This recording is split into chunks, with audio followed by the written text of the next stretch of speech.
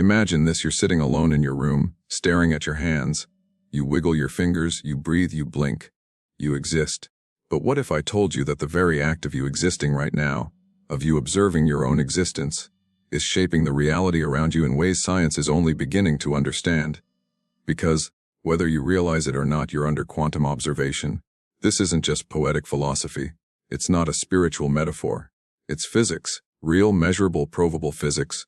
For centuries, scientists believed that reality existed independently of observation, that the universe was out there, ticking away like a mechanical clock, completely unaffected by our presence. But in the 20th century, something shocking shattered that idea: the birth of quantum mechanics. At the heart of it was a simple but mind-bending experiment, the double-slit experiment. You've probably heard of it, but few truly understand its implications. In this experiment, scientists fired tiny particles, electrons or photons, toward a barrier with two slits. When no one observed the particles, they behaved like waves, creating an interference pattern, as if each particle passed through both slits simultaneously. But when someone observed which slit a particle went through, suddenly it behaved like a solid object, a single particle passing through one slit or the other. Observation changed reality, not the measuring device, not the math, the act of observation itself. This was the first whisper from the universe saying, "You are not a spectator, you are a participant." But what does that mean for you? Does this quantum observation only happen in labs with lasers and electrons? Or does it scale up to your thoughts, your choices, your life? That's where things get even stranger. Some physicists argue that the quantum world is separate, that these bizarre effects vanish when we move to the macroscopic, human level. But others, some of the brightest minds of our time, suspect otherwise. They believe consciousness itself may be entangled with the quantum fabric of the universe, that you might be an essential part of how reality collapses from infinite possibilities into one solid, lived experience. Let that sink in before you observe something. It doesn't fully exist in one definite state. It exists in a superposition, a cloud of probabilities, waiting to be chosen. The moment you look, the universe locks in an outcome. The moment you decide, it reacts, and if that's true, then your next move quite literally decides everything. Think about your day. Every choice you make, what you eat, where you walk, who you talk to, feels casual. But underneath those decisions at the quantum level, each action might be collapsing a wave function. A trillion quantum possibilities resolving into one specific, concrete version of reality, your reality. Here's a metaphor. Imagine standing in front of a mirror that doesn't just reflect your face. It reflects your choices, your emotions, your beliefs. Quantum physics suggests the universe could be that mirror. It doesn't just show what's there, it responds to how you look at it. This isn't fantasy. In 2019, an experiment known as the Wheeler's Delayed Choice Experiment took this idea even further. Scientists tested whether particles could decide how to behave after they were measured. And guess what? The results suggested that even decisions made in the present could seemingly influence outcomes in the past. If that's not a cosmic plot twist, what is? It's as if reality doesn't fully commit to a storyline until someone, some consciousness, witnesses it. Until then, it's all fluid, potential, waiting for your attention to make it real. Now pause for a second. Look around your room again.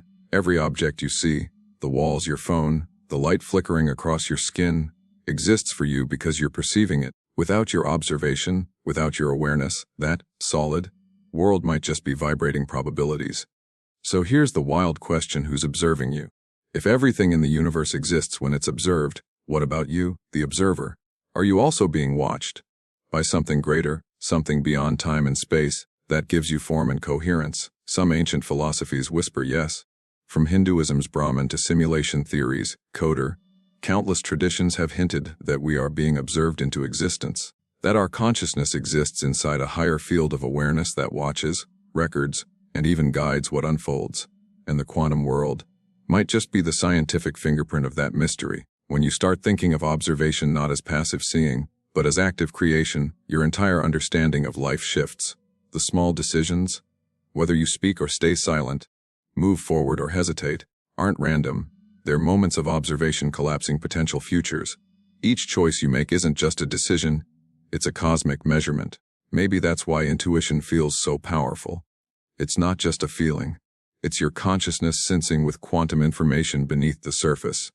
You sense what's about to happen because, in some strange way, your awareness is already entangled with those outcomes.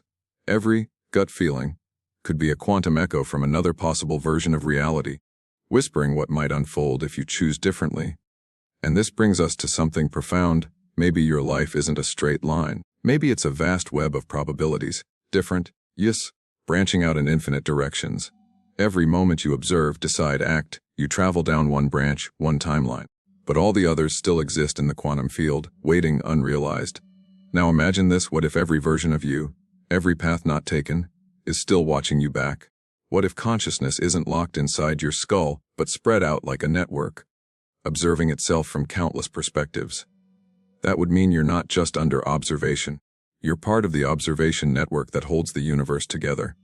And here's the kicker: quantum theory suggests that without observation, reality remains incomplete. So, the fact that you exist right now, the fact that you are watching this video, processing these words, means you are the missing piece that makes the universe complete. You're not a mistake. You're not a random blip in space-time. You're the observer that reality needs to define itself. And that realization changes everything. Because once you know you're an active participant, you can no longer live unconsciously. Every thought, every intention, every glance, it's all part of the grand observation dance. The universe isn't happening to you. It's happening with you. Now, the real question becomes, what are you going to observe next? What are you going to choose right now, knowing that your awareness might be sculpting the very flow of existence?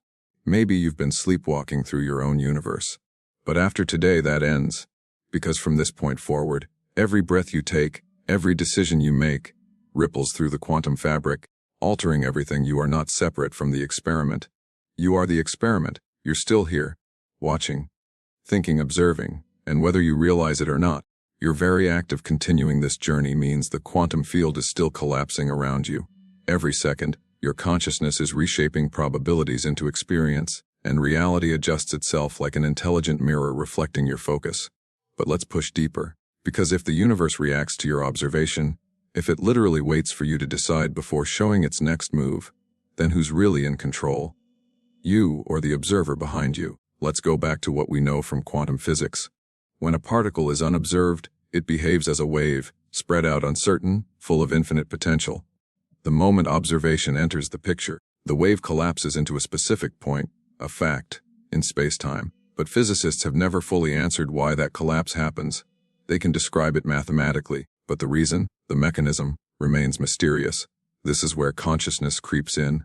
What if consciousness itself is the missing variable?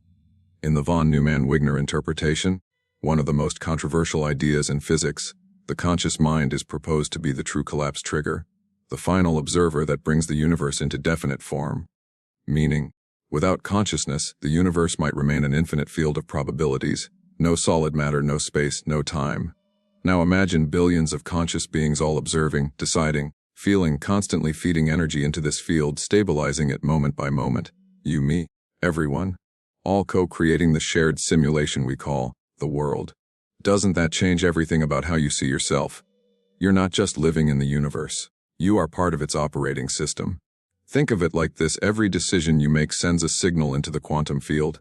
That signal, driven by thought, emotion, and attention, filters through endless probabilities and materializes the outcome that matches your vibration, your focus.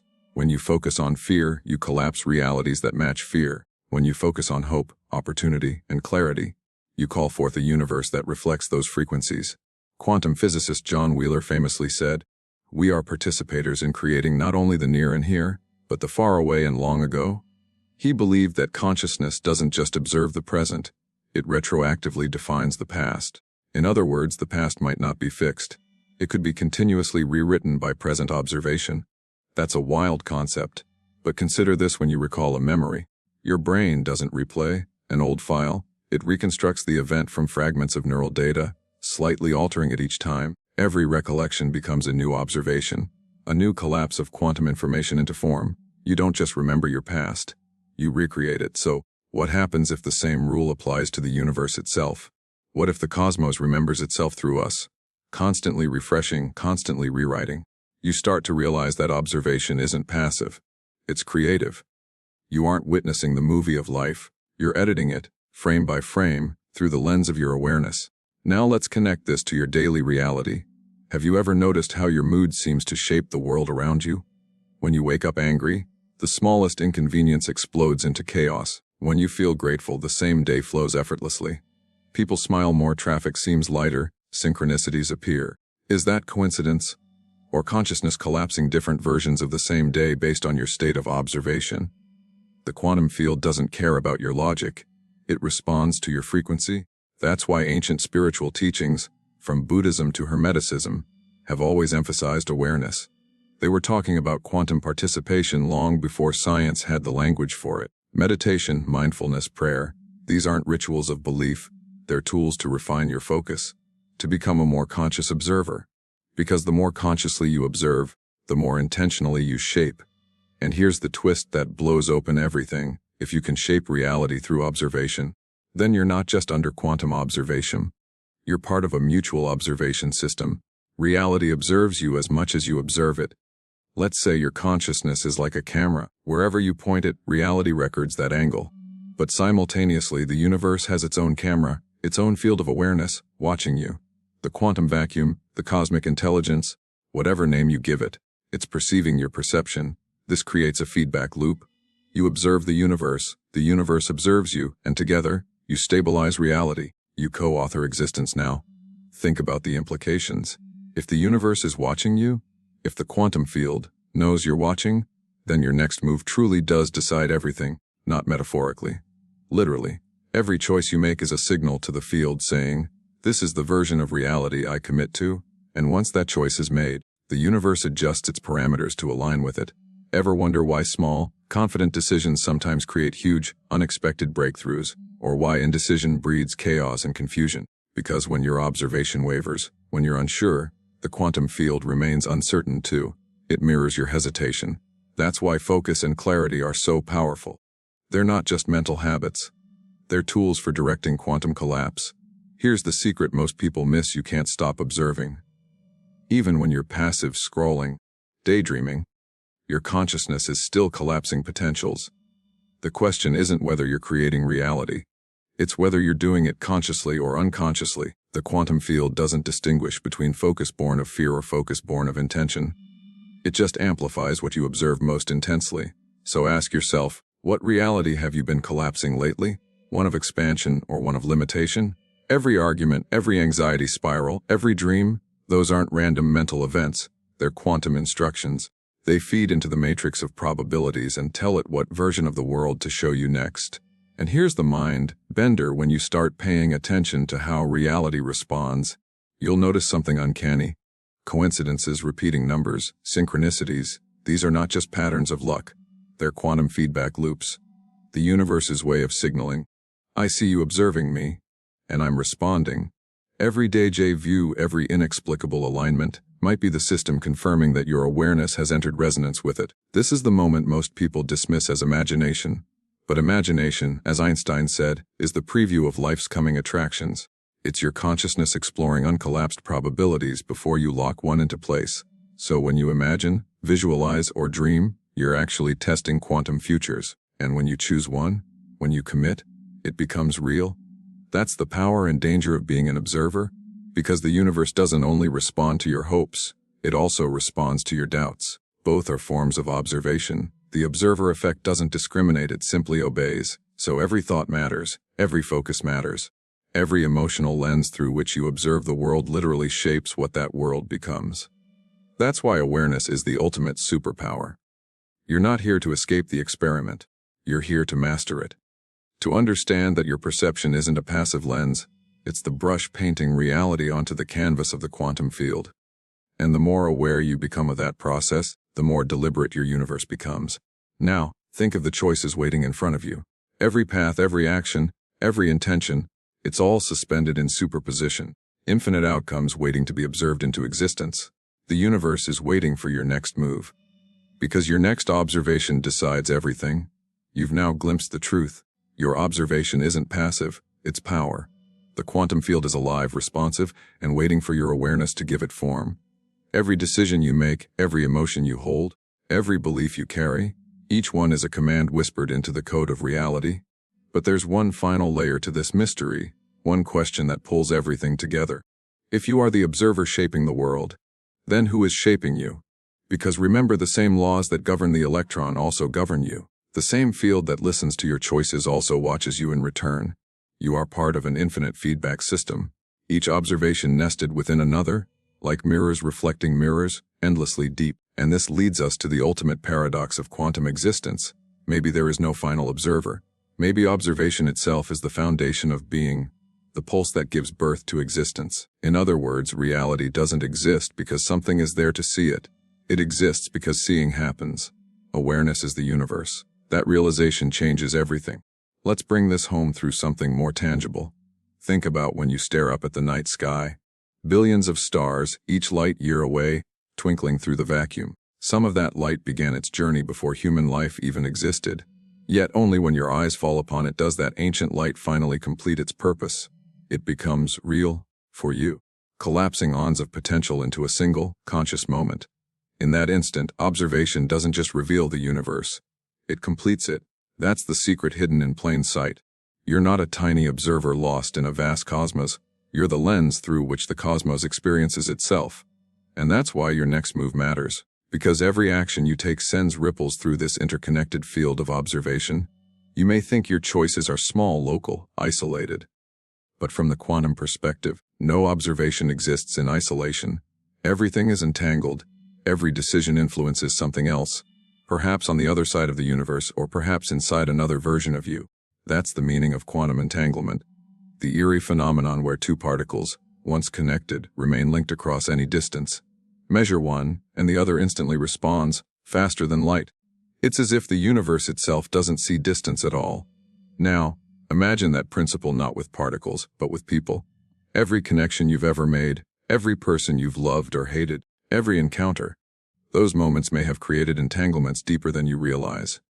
Maybe your emotions, your memories, your choices send invisible ripples through the shared quantum field, influencing others in ways no classical physics can explain. You've felt it before. The moment someone texts you, the instant you think of them, the uncanny feeling of shared emotion even miles apart. That's not coincidence. That's entanglement. We like to believe we're separate beings, individual observers, but the quantum world suggests something radical. All consciousness might be one continuous field observing itself through countless eyes. When you look into another person's eyes, that's not just biology. That's the universe recognizing itself. And when you realize that, a strange calmness arrives. The anxiety of being watched transforms into wonder, because the observer, watching you, isn't judging you. It's participating with you. Every success, every failure, every heartbreak. It's all the universe exploring itself through your unique lens. Your joy and your pain both feed the same purpose, to allow existence to see itself more clearly.